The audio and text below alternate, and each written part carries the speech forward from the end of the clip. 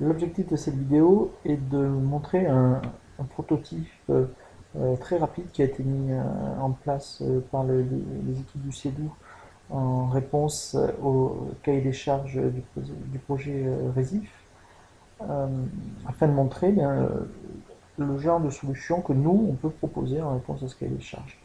Euh, donc d'abord, c'est une ergonomie, donc c'est une application web, bien évidemment, avec une ergonomie qu'on qualifie en général de 2.0, c'est-à-dire dans laquelle toutes les pages ne sont pas rechargées intégralement, mais juste les contenus nécessaires se mettent à jour, ce qui permet euh, une utilisation plus fluide de l'application. Alors, l'application en elle-même est composée en trois ou quatre parties, ça dépend comment on l'entend. Donc, il y a un, euh, un bandeau principal, donc en haut, qui contient entre autres les fonctions qu'on verra tout à l'heure, permettant de basculer de l'anglais au français, permettant aux administrateurs de se connecter. Là, actuellement, bien sûr, je ne suis pas connecté. Il y a une partie navigation qui se compose d'un menu. Donc là, on a repris juste vraiment que certains items, hein, c'est juste pour donner un aperçu de ce que ça pourrait être au final. Euh, donc, un menu qui va permettre donc d'accéder aux différentes pages de l'application, avec dessous un fil d'Ariane qui va permettre de se retrouver un peu dans sa navigation. En complément, il y a aussi un outil qui va permettre de maximiser l'espace disponible pour euh, avoir un meilleur rendu lorsque les pages contiennent beaucoup d'informations. Et enfin, le dernier élément ergonomique, alors je ne sais pas si on le voit dans la vidéo, c'est tout en bas, c'est une barre de statut qui va, eh bien, chaque fois qu'il y a des chargements, des interactions entre le navigateur et le serveur du portail Modif, eh bien, qui va dire, voilà, qui va indiquer qu'il y a des chargements en cours, ce genre de choses. Euh, pour répondre au cahier des charges donc, du portail, une des réponses aurait pu être de coupler deux outils, une application classique plus ce qu'on appelle un CMS, c'est-à-dire un gestionnaire de contenu dont le but est en général de permettre à des non-informaticiens d'éditer du contenu de l'application. Euh, pour nous, il nous semble que cela comporte certains inconvénients, notamment le fait que, en général, un CMS, ça embarque beaucoup de choses dont on n'a généralement pas besoin, alors qu'on a besoin qu'un pourcentage assez restreint de fonctionnalités. Et donc, nous, ce qu'on propose, c'est faire une seule application homogène qui comporte à la fois des fonctionnalités très spécifiques au réseau et des fonctionnalités assez classiques d'édition de pages et qui vont permettre aux administrateurs authentifiés de modifier assez simplement le contenu des pages auxquelles ils ont droit. Donc là par exemple, effectivement, là sur la page d'accueil, on a essayé de retranscrire un peu le besoin qui était énoncé dans le cahier des charges avec un message de un message d'introduction, de présentation générale, plus eh bien, un petit encart qui affiche les différentes nouvelles. Et ce qu'on va voir, c'est que le message d'introduction et les nouvelles peuvent être édités par les administrateurs. Donc je vais en faire la démonstration. Il suffit par exemple de dire voilà, je vais me connecter. Alors il y a la possibilité soit de se connecter avec un système très classique de login, mot de passe, et il y a aussi la possibilité alors, de se connecter par exemple avec Google, ce qui évite donc aux utilisateurs qui ont un compte Google d'avoir à se rappeler un mot de passe et un login spécifique à l'application. Donc là, c'est ce que je vais faire histoire de plus simple. Voilà. Donc là, il m'a connecté parce que je suis en fait déjà dans mon navigateur connecté sur Google. Voilà, il m'a reconnu, il m'a pas transformé. Et là, étant donné que je me suis connecté, il m'a reconnu comme étant un administrateur et j'ai un nouveau menu qui apparaît, qui est un menu d'administration. Et c'est avec ce menu que je vais pouvoir accéder aux fonctionnalités d'édition. Alors, il y a des fonctionnalités d'édition, par exemple d'écran, avec des choses très classiques, et puis des fonctionnalités qui vont permettre aussi d'éditer des éléments vraiment spécifiques à l'application, comme par exemple les réseaux. Donc là, si on s'intéresse par exemple au contenu, imaginons que je veux modifier le contenu de l'écran d'accueil, eh bien là j'ai un menu qui est la gestion des écrans, et je peux soit lister tous les écrans que je peux modifier, soit directement, par exemple, je peux aller à l'écran donc qui s'appelle Bienvenue.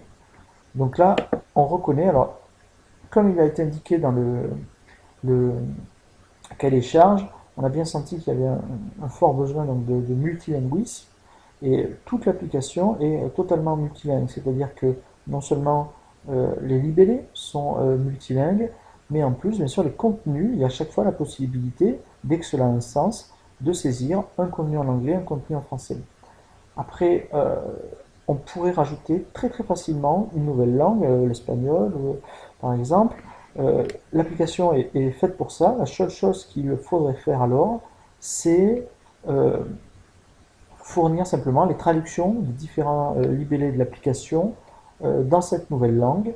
Mais fonctionnellement, une fois que par exemple on nous aurait fourni ces traductions, eh bien, il y en a, la charge de mise en place de la nouvelle langue, c'est moins d'une demi-journée, car toute l'application est conçue d'un point de vue, pour être le plus générique possible vis-à-vis des langues.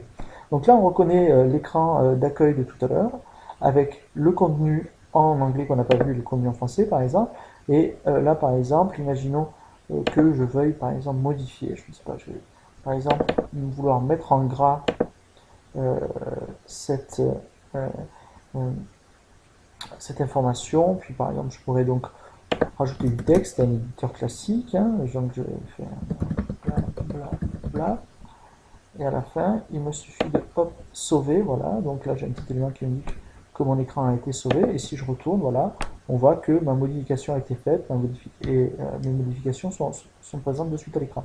Donc ça, typiquement, cet outil d'édition, euh, c'est voilà, c'est ce qui pour nous remplace le besoin d'avoir un, euh, un CMS. Donc il y a un certain nombre de fonctionnalités de style qui existent.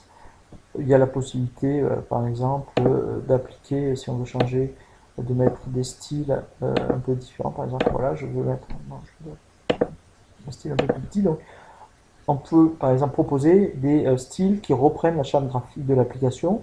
On pourrait rajouter d'autres fonctionnalités s'il y en a été besoin. Et donc là, par exemple, hop, sauvegarder. Et ah oui, c'est le message en anglais que j'ai dû modifier, donc on le verra tout à l'heure. Voilà. De même, on peut aussi, par exemple, ajouter des messages. Donc je vais poster un nouveau message. Donc je vais, par exemple, poster en anglais, alors c'est ça, je vais mettre le troisième en français message. Ça se met comme ça.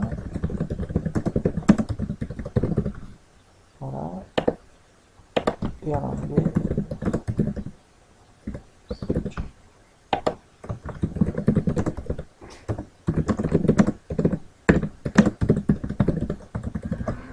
Voilà. Je sauve. L'élément a été sauvé. Et voilà, si je reviens, ben je vois que alors, le troisième message, étant donné que bien sûr c'est par ordre chronologique du plus récent au plus ancien, eh bien, le troisième apparaît après le deuxième et après le premier. Donc d'autres écrans peuvent être gérés totalement comme ça. Donc là par exemple c'est le cas là, de ces deux écrans qui sont indiqués dans le cahier des charges. Donc, pour nous, ben, ce sont des écrans totalement libres, donc en fait dont l'édition donc là, c'est le schéma général. Voilà, ici. Euh, alors, il y a pas de. Là, pour l'instant, donc les textes sont totalement fictifs. On a mis qu'un texte en français. Donc, étant donné qu'il n'y a pas de texte en anglais, on verra tout à l'heure qu'en anglais, quand il ne va pas trouver de texte dans la langue ciblée, ben, il cherche si un texte existe dans d'autres langues. Donc là, on reconnaît voilà, l'écran et puis on peut l'éditer. Et pareil, donc on va pouvoir éditer par exemple le contenu de l'écran d'à propos. Et de même qu'on a pu éditer tout à l'heure des messages, on peut aussi éditer la foire aux questions qui est mentionnée dans le cahier des charges. Après, Il y a d'autres éléments qu'on peut d'administration, hein. Il y en aurait d'autres dans la version finale de l'application. Par exemple, là, on va pouvoir créer les administrateurs. Donc là, par exemple, c'est des administrateurs qui se connectent avec un login mot de passe, là, par exemple. Euh, Ce qu'on a aussi mis en place, euh, c'est par exemple montrer que donc il n'y a pas que de l'édition, il y a aussi effectivement des fonctionnalités très spécifiques qui sont demandées dans, dans le cahier des charges. Là par exemple, c'est la visualisation des trois types de réseaux avec des données totalement fictives qui n'ont pas grand sens, mais c'est pour montrer que voilà, effectivement, on peut rajouter des pages très structurées avec des données qui vont être stockées en base de données, avec là par exemple eh bien, les métadonnées sur les réseaux permanents, avec ce qui est demandé, donc une description des objectifs scientifiques, les différents responsables, par exemple des liens, éventuellement des aperçus, l'information des dernières modifications. Euh, donc là, les réseaux vont se gérer voilà, ici. Donc là, je ne vais pas faire la démonstration parce que en gros, la fonctionnalité dans le prototype n'a pas été encore terminée. Mais en fait, on va pouvoir, on retrouvera le même genre d'éditeur lorsqu'il y a besoin, multilingue, euh, euh, des choses donc assez, euh, assez simples pour donc avoir un rendu assez homogène. Euh, et dernier point voilà, de la vidéo, ben, ce qu'on va faire, c'est qu'on va basculer en langue anglaise pour vérifier qu'effectivement ben, le multilinguisme est bien pris en compte. Voilà, donc l'appli s'est rechargée tout en langue anglaise. Donc là, on reconnaît eh bien le contenu de l'écran d'accueil, mais en anglais. Les messages, donc effectivement, tout à l'heure on avait tapé send message et le contenu du message, il est là. On va retrouver par exemple la fac, bah, cette fois-ci, les questions sont en anglais et les réponses en anglais, bien évidemment. Euh, voilà, de même pour les autres écrans, le About ou les écrans plus spécifiques. Là, on voit voilà, que eh bien, euh, là où il y avait un sens à avoir multilinguisme, c'est conservé. Bien sûr, le nom des personnes, ce genre de choses, il n'y a pas de multilinguisme qui est mis en œuvre. Et ce que je viens de signaler tout à l'heure, c'est que ben, si par exemple une information n'est pas renseignée dans la langue cible, c'est-à-dire l'anglais, eh bien euh, l'application ben, cherche dans une des autres langues fournies par l'application. Donc là, comme il n'y en a que deux, c'est le français. Donc voilà un premier tour de ce petit prototype qu'on a mis en place. Et bien sûr, voilà, on a d'autres fonctionnalités avec d'autres modules que nous avons déjà à disposition, par exemple des modules permettant de tracer les actions des utilisateurs, ce qui est évidemment nécessaire, des modules permettant après donc, de suivre ces actions. Euh, on a aussi voilà, des modules permettant, donc là on n'a pas fait, mais d'afficher des éléments sur des cartes de style Google Maps. Voilà, ce genre de choses. Et qu'on qu'on pourra mettre en œuvre dans une deuxième version de ce prototype.